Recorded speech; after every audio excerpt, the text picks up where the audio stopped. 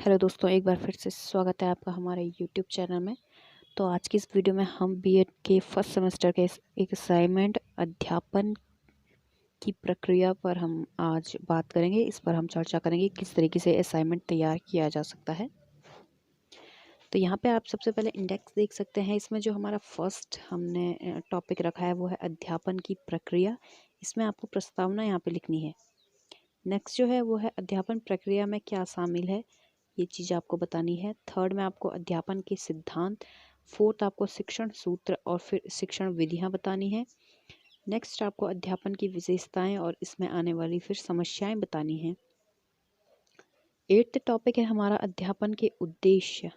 और जो नाइन्थ में आपको लास्ट में संदर्भ ग्रंथ सूची आपको बतानी होती है। तो इस तरीके से बेसिकली हमें अपना असाइनमेंट तैयार करना होता है।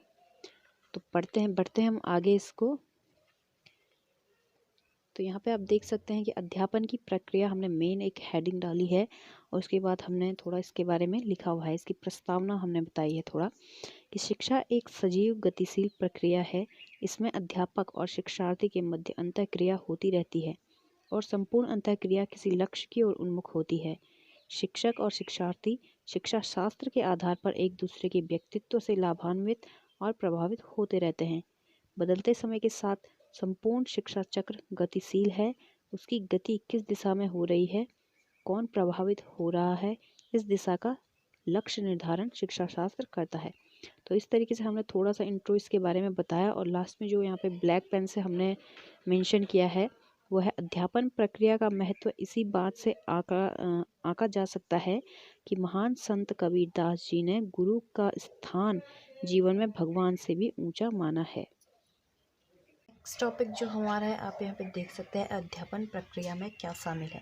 तो यहाँ पे हमने एक इसमें जो हमारा फर्स्ट टॉपिक हेडिंग है वो है परंपरा का नवीन प्रारूप। नेक्स्ट है अध्ययन से स्व अध्ययन की ओर। इस तरीके से काफ़ी ज़्यादा टॉपिक इसमें है। तो सबसे पहले हमने जो है पारंपरिक गुरु शिष्य परंपरा को यहाँ पे बताया है। तो इसमें आप देख सकते हैं कि यहाँ पर हमने एक पिक्चर भी यहाँ पे पेस्ट की हुई है इस साइड, जहाँ पे एक गुरु जो है किसी पेड़ के नीचे कुछ बच्चों को यहाँ पे शिक्षा दे रहे हैं। तो इस टॉपिक को भी आप इंटरनेट के थ्रू भी आप इसे निकाल सकते हो या फिर आप यहीं से भी इसे लिख सकते हो, आपको जहाँ से भी ठीक लगे। तो यहाँ पे जो है हमने सबसे पहले परंपरा का नवीन प्रारूप बताया है कि पारंपरिक गुरु शिक्षा परंपरा का निर्वहन ऐतिहासिक काल की विधियों के माध्यम से करना अब अध्यापन का क्षेत्र नहीं रह गया है। मतलब अब उस तरीके से नहीं पढ़ाया जाता है जो ये पारंपरिक गुरु शिष्य की परंपरा हुई करती थी। अब जो है कई तरह से पढ़ाया जाता है, जैसे ऑनलाइन उपकरण हो गया, वेब तकनीक हो गया, नवीनतम कोई सॉफ्टवेयर है उसके थ्रू आप बच्चों को पढ़ा सकते हो। नेक्स्ट जो यहाँ पे है वो है अध्ययन से स्व अध्ययन की ओर, यानी कि पारंपरिक अध्ययन प्रणाली में गुरु निर्मित पाठ को एक कहानीकार की भांति छात्रों को समझाते थे या बताते थे। ठीक है, लेकिन आधुनिक काल में क्या हो चुका है कि जो अध्यापक हैं वो छात्रों को स्व अध्ययन के माध्यम से पठन पाठन पर बल देते हैं। ठीक है, ताकि वो अपना खुद से अध्ययन करें और तब उस बात को समझें। थर्ड है पाठ्यक्रम निर्माता व प्रचारक। तो इसमें भी हमने थोड़ा बहुत ही इंटरनेट सारा का सारा डिटेल जो हमें मिला है वो इंटरनेट के थ्रू मिला है। आप भी सर्च मार के देख सकते हैं, ढूंढ सकते हैं अपने हिसाब से जो भी टॉपिक आपको लिखना हो।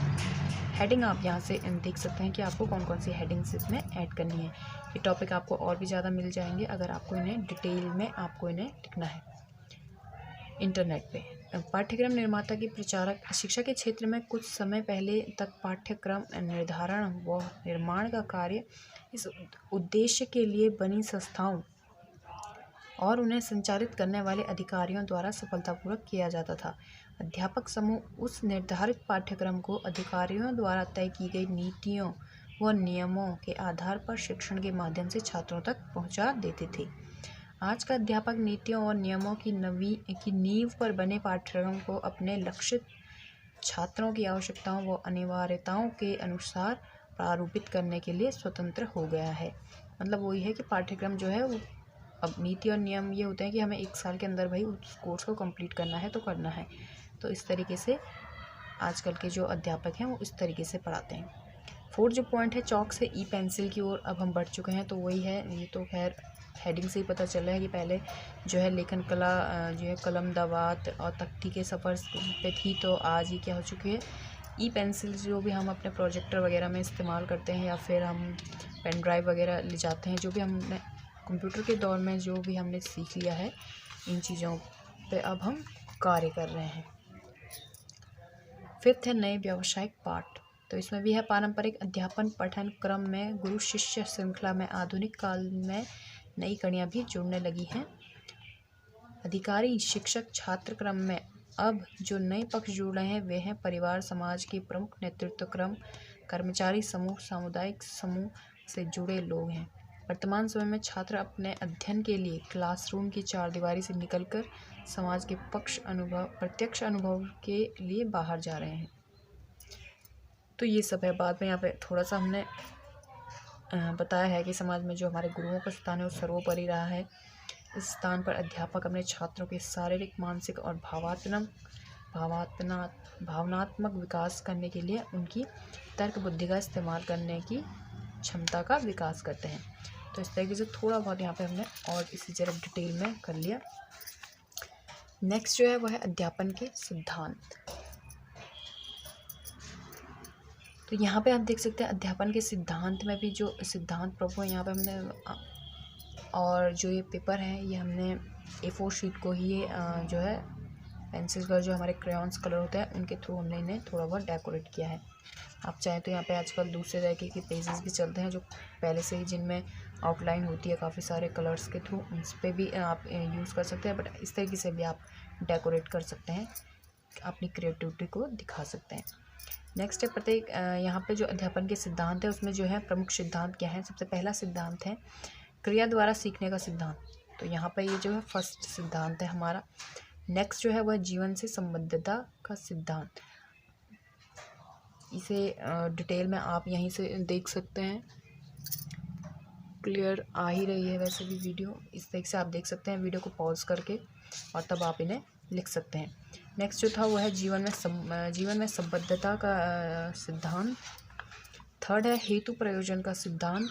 फोर्थ है चुनाव का सिद्धांत। फिफ्थ है विभाजन का सिद्धांत और यहाँ पे लास्ट है पुनरावृत्ति का सिद्धांत।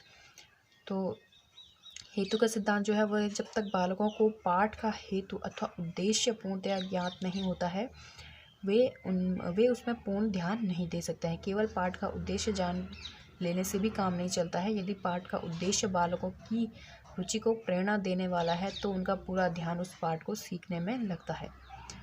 जो फोर्थ वाला था वो था चुनाव का सिद्धांत। इसमें है मनुष्य का जीवन काल अत्यंत कम है और ज्ञान का विस्तार असीम है, अतः पाठ्य सामग्री में संसार की अपार ज्ञान राशि में से अत्यंत उपयोगी वस्तुओं को चुनकर रखा जाना चाहिए। फिफ्थ जो विभाजन का सिद्धांत है उसमें है संपूर्ण पाठ्य पुस्तक बालक के सम्मुख एक साथ नहीं प्रस्तुत की जा सकती, उसे उचित खंडों अथवा इकाइयों में विभक्त किया जाना चाहिए। सिक्स जो है वो है पुनरावृत्ति का सिद्धांत। तो इसमें है कि बालक किसी पाठ्य पुस्तक अथवा ज्ञान को अपने मस्तिष्क में ठोस प्रकार से तभी जमा कर सकता है जब बार बार उसकी आवृत्ति कराई जाए। मतलब उसे बार बार जब याद दिलाया जाएगा तभी वो उसे ठीक से याद कर सकता है लाइफ टाइम के लिए। नेक्स्ट जो हमारा टॉपिक है वह शिक्षण सूत्र की यहाँ पे बात की गई है। तो इसमें भी जो पहला है वह ज्ञात से अज्ञात की, मतलब बालक को जिन चीज़ों का नॉलेज है, जिन चीज़ों का उसे ज्ञान है, जो चीज़ें उसे पता है, उन चीज़ों का उपयोग कर आपको उसे वो बात बतानी है जो चीज़ उसे नहीं पता है। ठीक है, तो ये होता है ज्ञात से अज्ञात की ओर। इस तरीके से यानी कि बालक के पूर्व ज्ञान से संबंधित करते हुए यदि नया ज्ञान आपको उसे देना है तो आपको उस तरीके से देना होता है। नेक्स्ट जो है वह सरल से कठिन की ओर, मतलब जो भी बातें उसे पता है, कोई बात अगर उसे मतलब पता है जो हमारे डेली लाइफ में हो रही है तो उस बात को बता करके जो चीज़ सरल है, मतलब पाठ्य वस्तु में इस प्रकार प्रस्तुत करना चाहिए कि उसके सरल भागों का ज्ञान पहले कराया जाए तथा धीरे धीरे कठिन भागों की ओर उसे प्रस्तुत किया जाए। जैसे अब जहाज़ उड़ता है, वो बहुत इजी है कि उड़ता है, लेकिन वो किस तरीके से उड़ता है, क्या क्या टेक्निक्स उसमें हैं, तो ये चीज़ें इस तरीके से उसे बताई जाती हैं। थर्ड है स्थूल से सूक्ष्म की ओर। फोर्थ है विशेष से सामान्य की ओर। फिफ्थ है अनुभव से तर्क की ओर। सिक्स्थ यहाँ पे है पूर्ण से अंश की ओर, मतलब पहले पूरा ज्ञान होता है उसके बाद उसे जो है डीपली नॉलेज, जो उसका बिल्कुल छोटे छोटे ज्ञान होते हैं उसके अंदर, वो वाला नॉलेज उसे तब देना है। 7th है अनिश्चित से निश्चित की, और 8th है लास्ट है प्रकृति का आधार, यानी कि बालक को शिक्षा इस प्रकार मिलनी चाहिए कि वह उसके प्राकृतिक विकास में बाधा न बने बल्कि सहायक। नेक्स्ट जो है वह है शिक्षण विधियाँ। तो यहाँ पे आप देख सकते हैं, जिस ढंग से शिक्षक शिक्षार्थी को ज्ञान प्रदान करता है उसे शिक्षण विधि कहते हैं। तो 3 तरीके से दे सकता है, जैसे है निगमनात्मक तथा आगमनात्मक। तो इसमें है कि पाठ्य वस्तु को प्रस्तुत करने के 2 ढंग हो सकते हैं। एक में छात्रों को कोई सामान्य सिद्धांत बताकर उसकी जांच या पुष्टि के लिए अनेक उदाहरण दें। दूसरे में क्या है कि पहले अनेक उदाहरण दें और फिर उसको सामान्य नियम निकलवाया जाए, मतलब फिर उसको उसकी डिटेल बताया जाए। दूसरा है संश्लेषणात्मक तथा विश्लेषणात्मक। तो शिक्षण विधि के 2 अन्य प्रकार हो सकते हैं, ठीक है। जैसे यही है कि पाठ्य वस्तु को उपस्थित करने का ढंग यदि ऐसा है कि पहले अंगों का ज्ञान देकर तब पूर्ण रूप से वस्तु का ज्ञान कराया जा रहा है, तो संश्लेषणात्मक है। नेक्स्ट जो इसमें अगला है, तो उसमें क्या होगा कि पहले पूर्ण वस्तु का ज्ञान देना है और फिर उसके बाद उसको पार्ट्स में डिवाइड करना है, तो वो है विश्लेषणात्मक ज्ञान। थर्ड जो इसमें है वह है वस्तु विधि। तो वस्तु विधि बतानी है, और सारे के सारे पेजेस को आपको बीएड में अलग अलग तरीके से डेकोरेट करना होता है अपनी अपनी क्रिएटिविटी के हिसाब से। तो यहाँ पे हमने काफ़ी सारे डिफरेंट कलर्स का यूज़ किया है। नेक्स्ट जो 4th है वो है दृष्टांत विधि। 5th है कथन विधि एवं व्याख्यान विधि। 6th जो है वो है प्रश्नोत्तर विधि, और लास्ट जो है वो है करके सीखना, ठीक है। मतलब करके सीखना अर्थात स्वानुभव द्वारा ज्ञान प्राप्त करना। आजकल का सर्वाधिक व्यापक शिक्षण सिद्धांत यही है। महात्मा गांधी ने भी इसी सिद्धांत के आधार पर बेसिक शिक्षा को जन्म दिया था। अतः सक्रिय विधि के अंतर्गत अनेक विधियां सम्मिलित की जा सकती हैं, जैसे शोध विधि, योजना विधि, डाल्टन प्रणाली आदि। तो और जो इसमें अगला टॉपिक है वो है अध्यापन की विशेषताएं और समस्याएं। ये हमने सिर्फ मेन हेडिंग करके दे दी हैं, तो आप देख सकते हैं इन्हें। और लास्ट में अध्यापन के उद्देश्य, ये तीनों की तीनों हमने एक ही पेज में इन्हें लिख लिया है, और सिर्फ हेडिंग लिखी हुई है, सिर्फ मतलब एक एक लाइंस के हमने इन्हें बताया है इन्हें। और जो लास्ट है वो है हमारा संदर्भ ग्रंथ सूची।